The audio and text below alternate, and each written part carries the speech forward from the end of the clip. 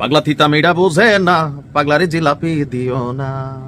ভাবি তোরা তো বুঝলি না, যারা হিন্দু ধর্মে আছে তারা কিন্তু শক্তিশালী দেবী হিসাবে যাকে মানে, যে অসুরকে বধ করেছে সে হচ্ছে কে? মা কালী। একজন নারী যদি রৌদ্রমূর্তি ধারণ করে তাহলে কেমন হয়? গতকালকে রুমিন ফারহানার যে ম্যাজিস্ট্রেটকে বৃদ্ধাঙ্গুলি দেখানোর যেই দৃশ্যটা, সেটা প্রমাণ করে দিছে বেরিয়ে খেপান যেত না। ব্যারিস্টার রুমিন ফারহানার বিরুদ্ধে কি শেষমেশ প্রশাসন খুব শক্ত অবস্থানে যাচ্ছে?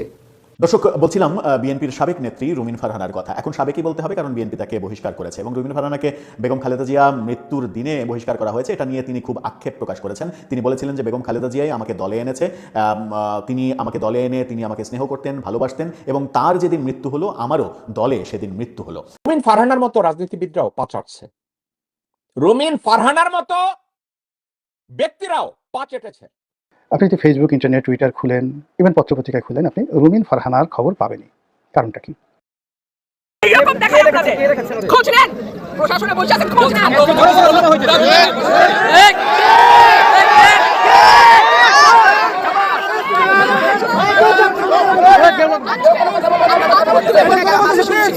ভবিষ্যতে শুনবো না। আর আমার এখান থেকে বাইরে যেতে পারবেন না।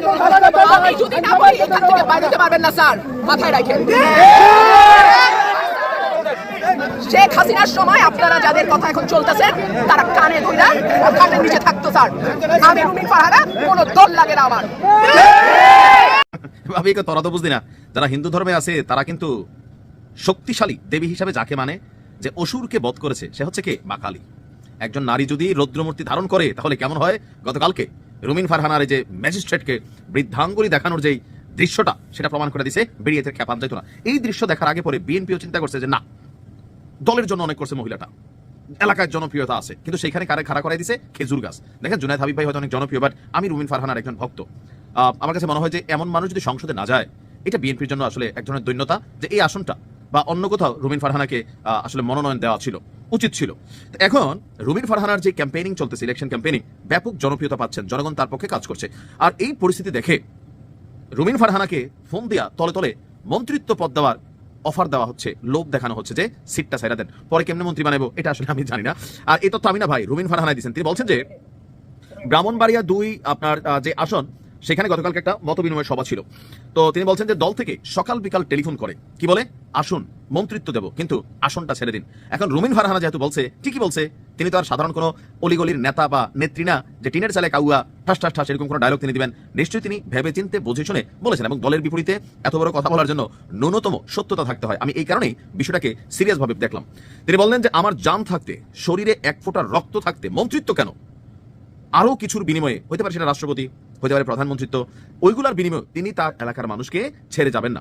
গতকাল দুপুরে সরাইলের ইসলামাবাদ গ্রামে স্থানীয় জনগণের সাথে মত বিনিময়কালে আপনার এই মন্তব্য করেছেন তিনি। তিনি বলছেন, আমি রুমিন ফারহানা, আমার কোনো দল লাগে না। এই কথাটা কিন্তু শতভাগ সত্য। দেখেন, দল একটা আইডেন্টিটি, তবে সবার জন্য না। কিছু মানুষ আছে নিজেই একটা ব্র্যান্ড, লাইক রুমিন ফারহানা। বাংলাদেশের 330টা আসনে আপনি যদি গণা দেন, বিএনপির হাতে গোনা কয়েকটা ব্র্যান্ড পাবেন, হাতে গোনা কয়েকটা। আওয়ামী লীগও ছিল, লাইক ব্যারিস্টার সুমন। আওয়ামী লীগ করার কারণে অনেক বাটে পড়ছে, কিন্তু ব্যারিস্টার সুমনকে যদি আপনি অপছন্দ করেন পলিটিক্যাল পয়েন্ট অফ ভিউর বাইরে, তাহলে আপনি আসলে অকৃতজ্ঞ এলাকার মানুষ যারা আছে, কারণ এত কাজ করছেন, প্লাস দুর্নীতি টুর্নীতি এগুলো নিয়ে ব্যারিস্টার সুমনের পিছনে একটা কলম দেওয়ার কিন্তু কোনো সরকারের সুযোগ নেই। ব্যারিস্টার সুমন যে পরিমাণ জনপ্রিয়তা পেয়েছে তার কাজের মাধ্যমে, রুমিন ফারহানা তার বক্তব্যের মাধ্যমে, ভিন্ন মত এবং দলকে শ্রদ্ধার মাধ্যমে, সবকিছুতে তিনি কিন্তু ভিন্ন। শিক্ষা দীক্ষা, তিনিও একজন ব্যারিস্টার রুমিন ফারহানা, এটাই হচ্ছে শিক্ষার গুণ। তার এই কথাটা আজকের দিনে শতভাগ সত্য যে জুনায়েদ আল হাবিব আর ব্যারিস্টার রুমিন ফারহানার মধ্যে আকাশ পাতাল পার্থক্য আছে জনপ্রিয়তায়। এখন দলের পক্ষে কাজ করতে হবে, বিএনপির কমিটির যারা আছেন তারা বাধ্য হয়ে করছেন, এটা আমরা বুঝি। তিনি বলছেন, খালেদা জিয়া আমাকে রাজনীতিতে নিয়ে এসেছেন, বেগম খালেদা জিয়ার ভালোবাসা, আশ্রয়, সহযোগিতায় আমি এত দূর এসেছি। তিনি হাসপাতালে যাওয়ার আগে 23 নভেম্বর আমার মনোনয়নপত্র কেন দেওয়া হলো না তিনি জানতে চেয়েছেন। আমার মা মারা যাওয়ার ঠিক দিন, ওই দিনই আমাকে বহিষ্কার করা হলো। আমি এই নিউজটাই করছিলাম যে এইটা অন্তত উচিত হয় না বিএনপির। কারা নীতি নির্ধারণ কমিটিতে বসেন বা কারাই সিদ্ধান্তগুলো নেন, আপনাদের অনেক সিদ্ধান্ত আপনার জন্য, আপনার দলের জন্য আত্মঘাতী হবে। এটা বুঝতে হবে যে কিছু এমপি আছে ধানের শীষ সারা জীবনও পাশ করবে না, মার্কার উপরে পাশ করে আসবে, কিন্তু রুমিন ফারহানা নিজে একজন ব্র্যান্ড। আমি খুবই অনেকে শ্রদ্ধা করি, পছন্দ করি, সব দিকে আছেন, ভালো লাগে। ভালো থাকেন, আসসালামু আলাইকুম। ব্যারিস্টার রুমিন ফারহানার বিরুদ্ধে কি শেষমেশ প্রশাসন খুব শক্ত অবস্থানে যাচ্ছে? বিশেষ কোনো ব্যবস্থা নেওয়া হচ্ছে তার বিরুদ্ধে? এখন এই প্রশ্নটি অনেকেরই মধ্যে সৃষ্টি হয়েছে, কারণ একটি ভিডিও গত শনিবার বেশ ভাইরাল হয়ে ওঠে রুমিন ফারহানার। আপনারা অনেকেই দেখেছেন, যে ভিডিওতে আমরা দেখেছি যে একজন ম্যাজিস্ট্রেটকে রুমিন ফারহানার আঙুল উঁচিয়ে বেশ কড়া কথা বলছেন। এবং সেই ঘটনার বিরুদ্ধে ব্রাহ্মণবাড়িয়া 2 আসনের স্বতন্ত্র প্রার্থী ব্যারিস্টার রুমিন ফারহানার বিরুদ্ধে নির্বাচনী আচরণবিধি লঙ্ঘনের অভিযোগ আনা হয়েছে, পাশাপাশি মব সৃষ্টির অভিযোগ করা হয়েছে। মব শব্দটা এখন আমরা শুনলেই মানে ভয়ঙ্কর একটি আতঙ্ক, একটা কষ্ট, যন্ত্রণা, এর পাশাপাশি আবার হাসিও আসে। তখন এত এত মব সৃষ্টি করা হচ্ছে, প্রকৃত মব সৃষ্টি করে মানুষকে মেরে ফেলা হচ্ছে, কোনো ক্ষেত্রে কোনো ব্যবস্থা হয় না। আবার কোনো কোনো জায়গায় মবটাকে যা হয়নি সেটিকে এই মব হিসেবে উল্লেখ করে চালিয়ে দেওয়া হচ্ছে। যাই হোক, সেই ম্যাজিস্ট্রেটের পক্ষে সহকারী রিটার্নিং অফিসার এবং সরাইল উপজেলা নির্বাহী অফিসার মোহাম্মদ আবু বকর সরকার স্বাক্ষরিত একটি চিঠিতে গুরুতর অভিযোগ জানানো হয়েছে, অভিযোগ দেওয়া হয়েছে নির্বাচন অনুসন্ধান বিচারিক কমিটি এবং সিনিয়র সিভিল জাজ আশরাফুল ইসলামের কাছে, এবং রুমিন ফারহানার বিরুদ্ধে যথাযথ আইনানুগ ব্যবস্থা গ্রহণের অনুরোধ জানানো হয়েছে। এদিকে রুমিন ফারহানা আবারও নির্বাচন সংশ্লিষ্টদের উদ্দেশ্যে করে রোববার তিনি বলেছেন যে 5 আগস্টের কথা সবাইকে মনে রাখতে হবে। রোববার একটি মতবিনিময় অনুষ্ঠানে তার মন্তব্য এরকম যে আশা করি প্রশাসন, পুলিশ, কমিশন, সরকার নিরপেক্ষ ভূমিকা পালন করবে, কাউকে ডান চোখ কাউকে বাম চোখে দেখবেন না। আপনাদের 5 আগস্টের কথা মনে রাখতে হবে। নিরপেক্ষতা না থাকলে সারা বাংলাদেশে যেমন 5 আগস্ট হয়েছিল তেমনিভাবে যে কোনো আসনে 5 আগস্ট ঘটতে পারে। আর চিঠিতে কি অভিযোগ করা হয়েছে রুমিন ফারহানার বিরুদ্ধে? ব্রাহ্মণবাড়িয়ার সরাইলের ইসলামাবাদ গ্রামে প্যান্ডেল করে বিশাল জনসমাবেশের আয়োজন করেন রুমিন ফারহানা, যা নির্বাচন আচরণবিধি লঙ্ঘন। তাৎক্ষণিকভাবে সমাবেশ ভেঙে দেওয়া হয়। নির্বাহী ম্যাজিস্ট্রেট শাহরিয়ার হাসান খান ভ্রাম্যমাণ আদালত পরিচালনা করে জুয়েল মিয়া নামে একজনকে 40,000 টাকা জরিমানা করেন। এ সময় রুমিন ফারহানা নির্বাহী ম্যাজিস্ট্রেটকে আক্রমণাত্মকভাবে বৃদ্ধাঙ্গুলি প্রদর্শন এবং আঙুল উঁচিয়ে বারবার হুমকি প্রদর্শন করেন। চিঠিতে আরও যা উল্লেখ করা হয়েছে তা আরেকটু জানাই আপনাদেরকে। এ সময় রুমিন ফারহানার সঙ্গে থাকা জুয়েল মিয়া সহ অন্য সবাই মারমুখী আচরণ করেন। এতে মব সৃষ্টি করে বিচারিক কাজে বাধা এবং কর্তব্যরত ম্যাজিস্ট্রেটকে হুমকি প্রদান করেন, যা নির্বাচনী আচরণবিধি সুস্পষ্ট লঙ্ঘন। এবং এর সাথে একটি লিঙ্কও জড়িয়ে দেওয়া হয়, ইউটিউবে ছড়িয়ে পড়া সেই ভিডিওর একটি লিঙ্ক। এখন রুমিন ফারহানা বৃদ্ধাঙ্গুলি প্রদর্শনের অভিযোগটি অস্বীকার করেছেন। তিনি গণমাধ্যমকে বলছেন যে প্রতিদ্বন্দ্বী প্রার্থীর সভা থেকে প্রশাসনকে বৃদ্ধাঙ্গুলি দেওয়ার বিষয়টি বলতে গিয়ে আমি আঙুল উঁচু করেছি বা এরকম দেখিয়েছি আর কি। আশা করি প্রশাসন কারোর পক্ষ নেবে না। এখন যে বাস্তবতা, রুমিন ফারহানার ওই ভিডিওটি দেখে হয়তো অনেকেরই খারাপ লেগেছে, বাস্তবতা আমারও খানিক খারাপ লেগেছে। এক ধরনের হুমকিও ছিল, হয়তো সত্য যেভাবে ভিডিওতে দেখা গেছে, কিন্তু সেই হুমকি কী ধরনের? তিনি 5 আগস্টের আগেকার সময়ের কথা মনে করতে বলেছেন সবাইকে, যেমন প্রশাসনের সবাই সরকারের দাবিদারি করেছে, কোনো ধরনের ন্যায় নীতি কিংবা আইনানুগ কোনো ব্যবস্থার প্রতি তাদের শ্রদ্ধা ছিল না। তার কি খুব বেশি পরিবর্তন হয়েছে গত 17 মাসে? কোথাও আইনের শাসন আছে? এই যে মবের অভিযোগ আনা হলো রুমিন ফারহানার বিরুদ্ধে, এর আগে প্রশাসনের কোথাও থেকে কারোর বিরুদ্ধে এরকম অভিযুক্ত বা যেগুলো প্রমাণ আছে সেগুলো নিয়ে কোথাও মব শব্দটি উল্লেখ করা হয়েছে?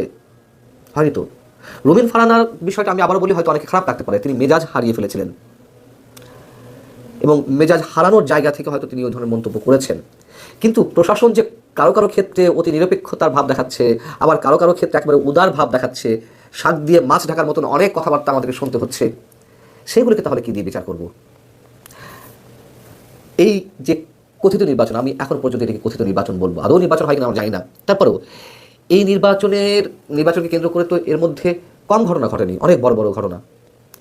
পোস্টাল ব্যালট পেপার বিশেষ একটি দলের লোকজন নিয়ন্ত্রণ করছে। প্রবাসে পোস্টাল ব্যালট পেপার যার তার হাতে চলে যাচ্ছে এবং বিশেষ কায়দায় সেগুলো বিশেষ বিশেষ ব্যক্তির হাতে পৌঁছে দেওয়া হচ্ছে, এরকম অভিযোগ তো আনা হয়েছে। বিএনপির পক্ষ থেকে এই অভিযোগ আনা হয়েছে, নির্বাচন কমিশনের কাছে তারা এই অভিযোগ জানিয়েছে।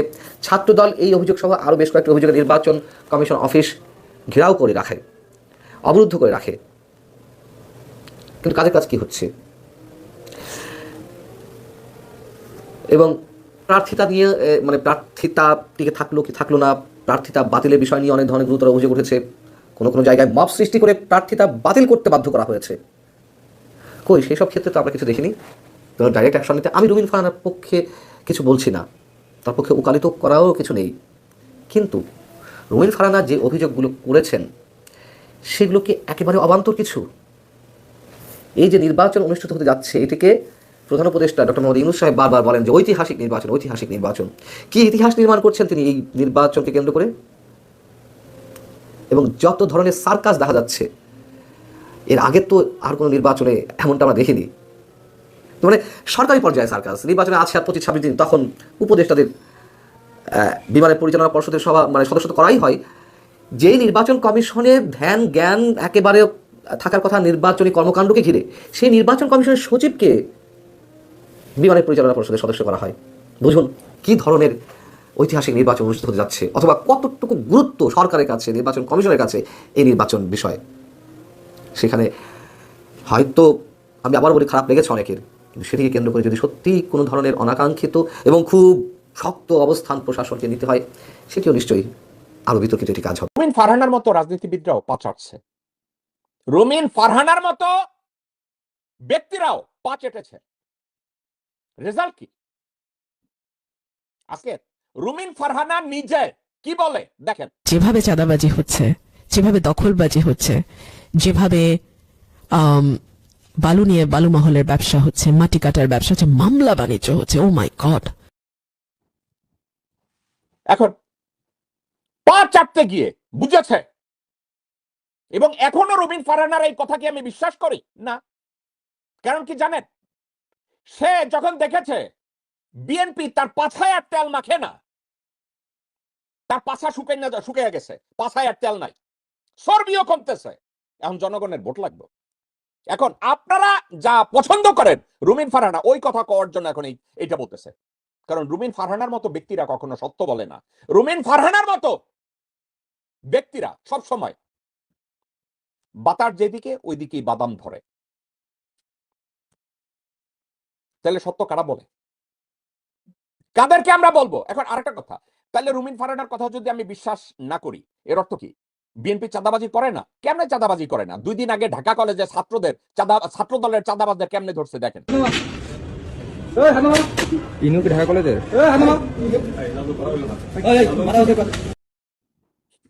এটাও কান্না না, এটা আমানুল্লাহ আমানের কান্না। এটা কোনো লজ্জার কান্না না, এটা আমানুল্লাহ আমানের কান্না। ভান্ডামি। তাহলে বাংলাদেশে সত্যি কথা বলতে গেলে তারা তো সবাই গালি দিবেন, একত্র হয়ে গালি দিবেন। হাসা কথা কয় কেন? সত্য কথার ভাত আছে বাংলাদেশে? বেগম জিয়া সত্য কথা বলছে, তাকে মেরে ফেলা হয়েছে। জীবনে বাংলাদেশের হিস্ট্রিতে ছেলেপাদের শিখায় যাবেন, দেশে আপনার সন্তানদেরকে শিখিয়ে যাবেন। বিএনপি হচ্ছে ওই দল, যেই দল তাদের প্রতিষ্ঠাতার হত্যার বিচার চায় না। বিএনপি হচ্ছে ওই রাজনৈতিক দল যারা মুনাফিকির জন্য দলের প্রতিষ্ঠাতার স্ত্রী এবং চেয়ারপারসনকে খুন করা হয়েছে, কেউ একটা মামলা করে না। বিএনপি হচ্ছে ওই রাজনৈতিক দল যাদের চেয়ারপারসনের বাসার সামনে বালু ট্রাক রাখা হয়, তারা একটা আন্দোলন করে না। বিএনপি হচ্ছে ওই রাজনৈতিক দল যারা ইসলামী মূল্যবোধে বিশ্বাস করে না। বিএনপি হচ্ছে ওই রাজনৈতিক দল যারা ক্ষমতায় যাওয়ার জন্য নিজের বউকে বর্গা দিবে, সন্তানকে বর্গা দিবে। ক্ষমতা এবং টাকা তাদের চাই। বিএনপি হচ্ছে ওই রাজনৈতিক দল। দর্শক, বলছিলাম বিএনপির সাবেক নেত্রী রুমিন ফারহানার কথা। এখন সাবেকই বলতে হবে, কারণ বিএনপি তাকে বহিষ্কার করেছে এবং রুমিন ফারহানাকে বেগম খালেদা জিয়া মৃত্যুর দিনে বহিষ্কার করা হয়েছে। এটা নিয়ে তিনি খুব আক্ষেপ প্রকাশ করেছেন। তিনি বলেছিলেন যে বেগম খালেদা জিয়াই আমাকে দলে এনেছে, তিনি আমাকে দলে এনে তিনি আমাকে স্নেহ করতেন, ভালোবাসতেন, এবং তার যেদিন মৃত্যু হলো আমারও দলে সেদিন মৃত্যু হলো। ব্যাপারটা কাকতালীয়, কিন্তু ব্যাপারটা খুবই ইম্পর্টেন্ট। এভাবেই তার বক্তব্য, মতামত ব্যক্ত করেছিলেন গণমাধ্যমে। সেই রুমিন ফারহানা এবার বিএনপির গোমর ফাঁস করে দিচ্ছেন। তিনি অভিযোগ করছেন, যুগান্তরের শিরোনামটা দেখে নিন, সেখানে বলা হচ্ছে দল থেকে ফোন করে বলে মন্ত্রিত্ব দেব, আসন ছেড়ে দেন। এই কথা যখন যুগান্তর বলছে, তখন আমরা দেখছি সময় টেলিভিশন ভিন্নভাবে ব্যাপারটাকে উপস্থাপন করছে। সময় টেলিভিশনের ফটোকার্ডটা দেখলে বুঝতে পারবেন, সেখানে বলা হচ্ছে বহিষ্কার করে এখন বলে মন্ত্রিত্ব দেব, আসনটা ছেড়ে দেন। তার মানে হচ্ছে যে গতকালকে রুমিন ফারহানা অনেক বেশি ক্ষেপে গিয়েছিলেন। তিনি তার নির্বাচনী এলাকায় নির্বাচনী প্রচার কাজ চলাকালীন এই মন্তব্যগুলো করেছেন এবং বিএনপি থেকে তাকে মন্ত্রিত্ব দেওয়ার অফার করা হয়েছে, এই ব্যাপারটা বলেছেন। এটা বিএনপির জন্য খুবই বিব্রতকর একটা ব্যাপার, কিন্তু এই ব্যাপারটা মিথ্যা হওয়ার কথা নয়। কারণ রুমিন ফারহানা যে আসনে, ব্রাহ্মণবাড়িয়া 2 আসনে নির্বাচন করছেন, ওখানে জমিয়তের দ্বিতীয় নেতাকে যে মনোনয়ন দেওয়া হয়েছে জমিয়তে ইসলামীর, তার রুমিন ফারহানার সঙ্গে জিতে আসা কোনোভাবেই সম্ভব নয়। ওখানকার মানুষদের বিভিন্ন ধরনের বিভিন্ন খবর যেগুলো গণমাধ্যমে আসে এবং বিভিন্নভাবে যেগুলো জানা যায়, তাতে নিশ্চিত যে রুমিন ফারহানা স্বতন্ত্র এমপি হয়ে চলে আসবেন। সেই ক্ষেত্রে এমপি হওয়ার পরে তার বহিষ্কারাদেশ প্রত্যাহার করা হবে কিনা সেটা একটা বড় বিষয়। বিদ্রোহী হিসেবে এমপি হয়ে আসলে তার যে মন্ত্রিত্ব পাওয়া হবে না, এটা নিশ্চিত। তবে এখন তিনি বলছেন তাকে মন্ত্রিত্বর অফার দেওয়া হচ্ছে এবং সেই আসনটা ছেড়ে দেওয়ার, অর্থাৎ মনোনয়নপত্র উইথড্র করার কথা বলছে। কিন্তু তিনি বলছেন যে আমার জীবন থাকতে আমি ব্রাহ্মণবাড়িয়ার মানুষকে ছেড়ে যাব না।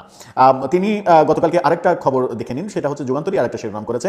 তিনি নির্বাচনের দায়িত্ব, আইন শৃঙ্খলা দায়িত্ব পালন করা একজন প্রশাসনের কর্মকর্তার সঙ্গে বেশ আঙুল তুলে তুলে কথা বলেছেন। যুগান্তর বলছে, আমি রুমিন ফারহানা, কোনো দল লাগে না। এই কথা যখন বলছেন তখন সেই ছড়িয়ে পড়া ভিডিওতে কি ছিল, চলুন একটু ভিডিওটা আমরা দেখে আসি। This is the last time I will not listen to this. সব জায়গায় হচ্ছে। আপনি পারলে থামাই দেন। আজকে আমি ভদ্রতা করে থামাই দেন। আপনাদেরকে বুড়ো আঙ্গুল দেখায় আপনারা কিছু করতে পারেন না। এইরকম দেখায় আপনাদের। খোঁজ নেন। প্রশাসনে বসে আছেন, খোঁজ নেন। আমার এই যে কথাগুলো, মানে আমি যদি আরো স্পষ্ট করে বলি তাহলে মানে মত বিনিময় সভায় নির্বাহী ম্যাজিস্ট্রেটের উপস্থিতি দেখে তিনি ক্ষুব্ধ প্রতিক্রিয়া ব্যক্ত করেন।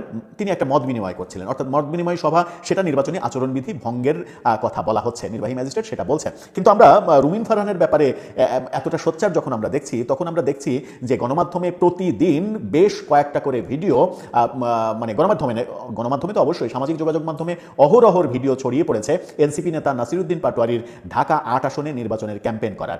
তিনি দেদারসে নির্বাচনের ক্যাম্পেইন করছেন, তার এবং তার জোটের হয়ে ভোট চাচ্ছেন, অথচ নির্বাচনের ক্যাম্পেইন শুরু হয়নি। সেই ক্ষেত্রে নির্বাচন কমিশন একই দেশে বিভিন্ন দলের জন্য কিংবা রাজনৈতিক দলের জন্য এক আচরণ, স্বতন্ত্র প্রার্থীর জন্য আরেক আচরণ, এই নীতিতে বিশ্বাসী হয়েছে কিনা এবং তার কারণে রুমিন ফারহানা বেশি খেপে গেলেন কিনা, সেটা একটা গুরুত্বপূর্ণ বিষয়। তিনি বলেছেন, আমি রুমিন ফারহানা, আমার কোনো দল লাগে না।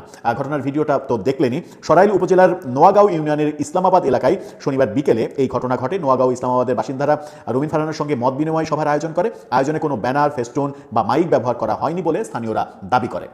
অর্থাৎ কোনো ব্যানার ছিল না, কোনো ফেস্টুন ছিল না, কোনো স্লোগান ছিল না, কোনো মাইক ছিল না, কিছুই ছিল না। রুমিন ফারহানা সভাস্থলে পৌঁছালে সেখানে নির্বাহী ম্যাজিস্ট্রেট শাহরিয়া হাসান খান উপস্থিত হন এবং তাকে মঞ্চ থেকে নেমে যেতে বলেন। তবে রুমিন ফারহানা বক্তব্য শেষ করে মঞ্চ ত্যাগ করেন। এ সময় তিনি ম্যাজিস্ট্রেটকে দেখে উত্তেজিত হয়ে পড়েন। ঘটনার সময় ধারণ করা ভিডিও ফুটেজে যেটা দেখলেন আপনারা, তিনি বলেন, excuse me sir, this is the last time I warn you, I will not listen to that. এ সময় নির্বাহী ম্যাজিস্ট্রেটকে বলতে শোনা যায়, আচরণবিধি লঙ্ঘন হলে ব্যবস্থা নিতে হয়। জবাবে রুমিন ফারহানা বলেন, সব জায়গায় হচ্ছে। পাশ থেকে একজন ব্যক্তি বলেন, আপনাদেরকে বৃদ্ধাঙ্গুলি দেখায়, তখন কিছু বলেন না। এরপর রুমিন ফারহানা আঙ্গুল উঁচিয়ে বলেন, এরকম যে দেখায় আপনাদেরকে, তখন কিছু হয় না। ব্যাপারগুলো জমে উঠেছিল, গতকালকের নাটকগুলো জমে উঠেছিল।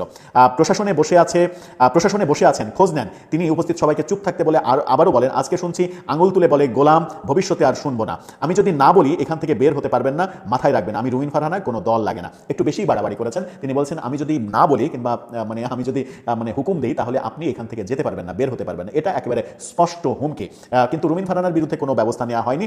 আমরা দেখছি যে গণমাধ্যম বলছে, যুগান্তর নিশ্চিত করছে যে আচরণবিধি লঙ্ঘনের জন্য রুমিন ফারহানার একজন সমর্থক জুয়েলকে 40,000 টাকা জরিমানা করেছেন। বড় টাকা, বেশ টাকা, 40,000 টাকা অনেক টাকা। 40,000 টাকা জরিমানা করেছেন, কিন্তু রুমিন ফারহানার বিরুদ্ধে কোনো অ্যাকশন নেওয়ার খবর আমরা এখন পর্যন্ত পাচ্ছি না। কিন্তু প্রশ্ন, শেষ কথা দিয়ে শেষ করি, সেটা হচ্ছে রুমিন ফারহানা বিএনপির মন্ত্রিত্বের অফারের কথা যেমন বলছেন, নির্বাহী ম্যাজিস্ট্রেটের সঙ্গে এই যে আচরণটা করেছেন, সেই আচরণ কোনোভাবেই করা তার ঠিক হয়নি। একটু বেশি উত্তেজিত হয়েছেন। আমার মনে হয় যে ভিডিও বার্তায় কিংবা মিডিয়াতে কথা বলেই তার এই আচরণের জন্য তার দুঃখ প্রকাশ করা উচিত, কারণ তার একটা পজিটিভ ভাবমূর্তি তৈরি হয়েছিল, সেটা নেগেটিভ পর্যায়ে চলে যাবে।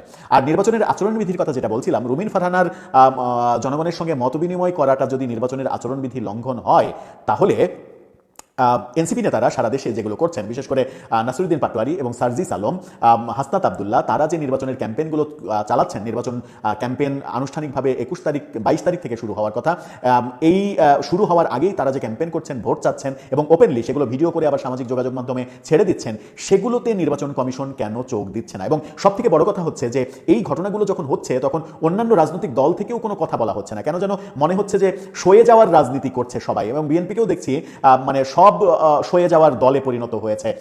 তাদের বিরুদ্ধে বিভিন্ন ধরনের অ্যাক্টিভিজম হচ্ছে, তারা কিছু বলছে না। কিন্তু বিএনপি কিংবা অন্য দল এই বিষয়ে কথা বলতে চায় না। শুধুমাত্র একটা কথা বলে শেষ করতে চাই, সেটা হচ্ছে যে রুমিন ফারহানা স্বতন্ত্র প্রার্থী, এই কারণেই কি তার আচরণবিধির দিকে নির্বাচন কমিশন খুব বেশি করে তাকাচ্ছে? যারা রাজনৈতিক দলের প্রার্থী, তারা যে দেদারসে ক্যাম্পেইন করে বেড়াচ্ছে, ভোট চাচ্ছে এবং তার ভিডিওগুলো নিজেরাই সামাজিক যোগাযোগ মাধ্যমে আপ দিচ্ছে, এমনকি প্রতীকের নাম ধরে মিছিল করছে প্রার্থী নিজে, অনেকগুলো লোকজন, শিশু, কিশোর, এদেরকে নিয়ে সেই ভিডিও তিনি নিজেই সামাজিক যোগাযোগ মাধ্যমে তার প্রোফাইলে ছেড়ে দিচ্ছেন, সেগুলো কি আচরণবিধি লঙ্ঘন হচ্ছে না? বিনীত প্রশ্ন থাকলো। এবং এক দেশে যদি দুই আইন হয়, রাজনৈতিক দলের নেতাদের বেলায় এক আইন আর অসহায় স্বতন্ত্র প্রার্থীদের বেলায় আর এক আইন, তাহলে এই নির্বাচন কখনোই লেভেল প্লেইং ফিল্ড আছে বলে গ্রহণযোগ্যতা পাবে না এবং এই নির্বাচনের নিরপেক্ষতা নিয়ে প্রশ্ন উঠবেই। দর্শক, আপনার মতামত জানিয়ে লিখতে পারেন আমাদের কমেন্ট বক্সে।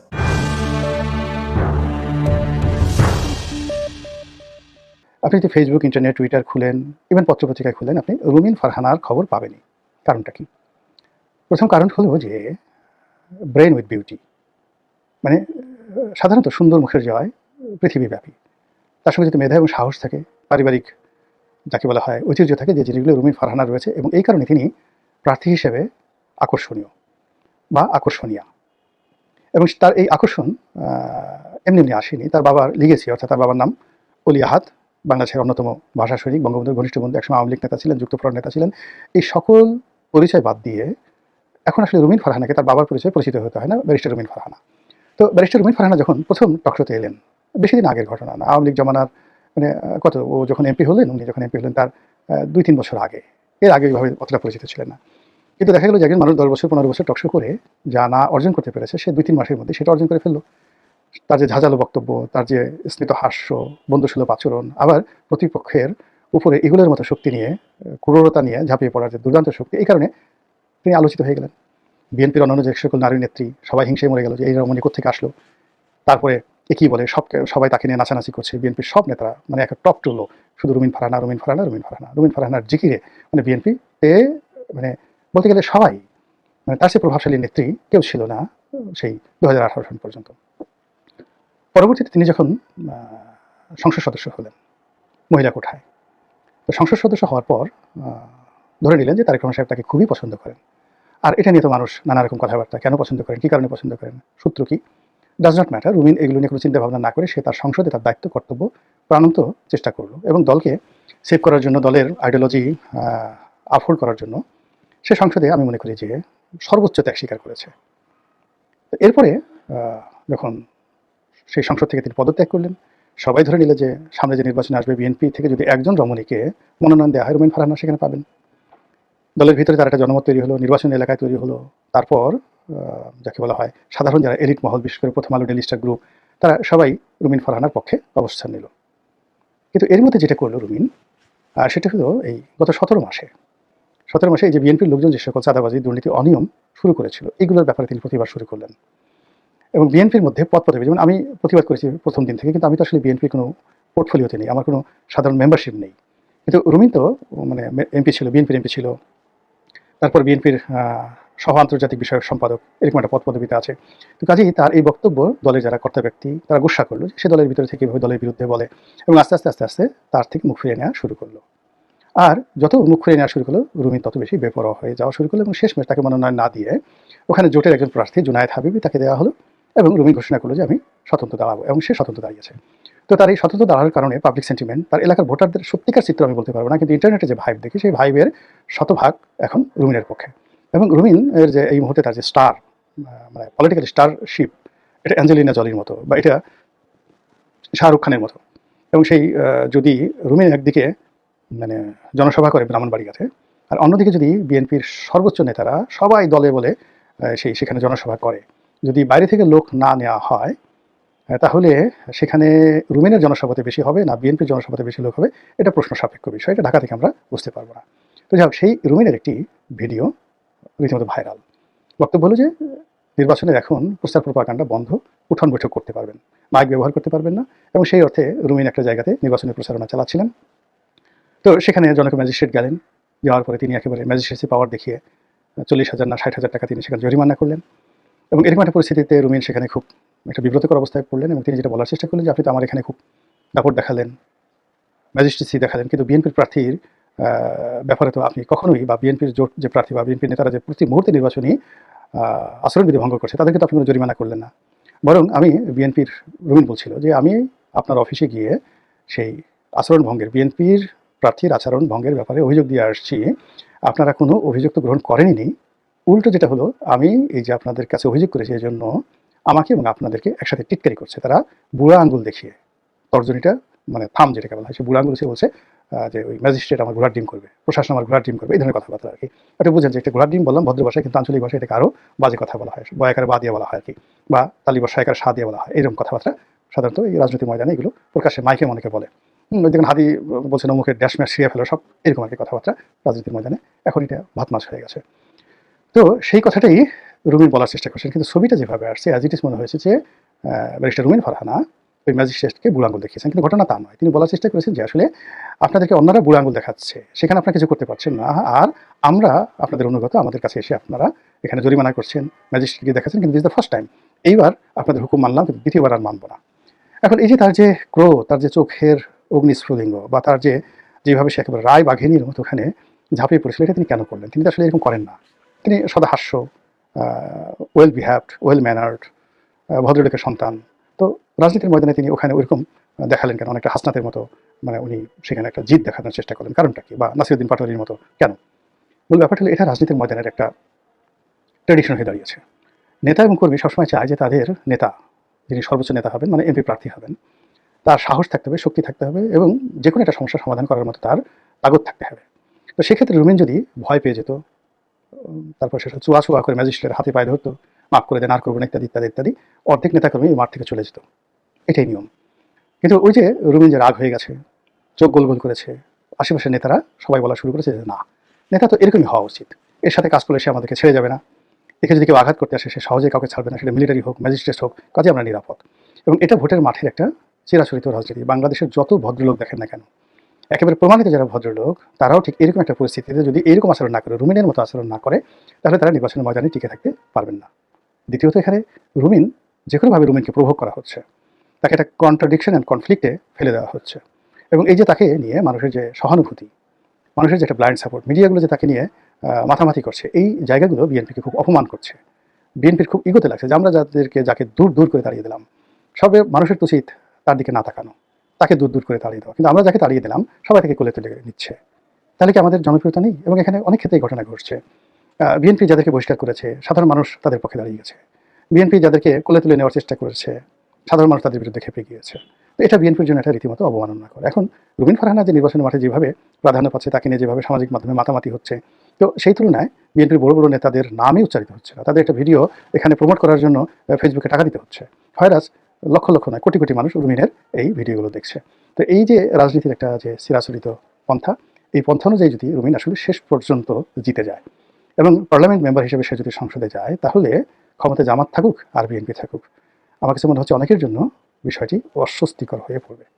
মহান আল্লাহ আমাদের সবাইকে হেদায়েত দান করুন, হেফাজত করুন। আসসালামু আলাইকুম রহমতুল্লাহি ওয়া বারাকাতুহু।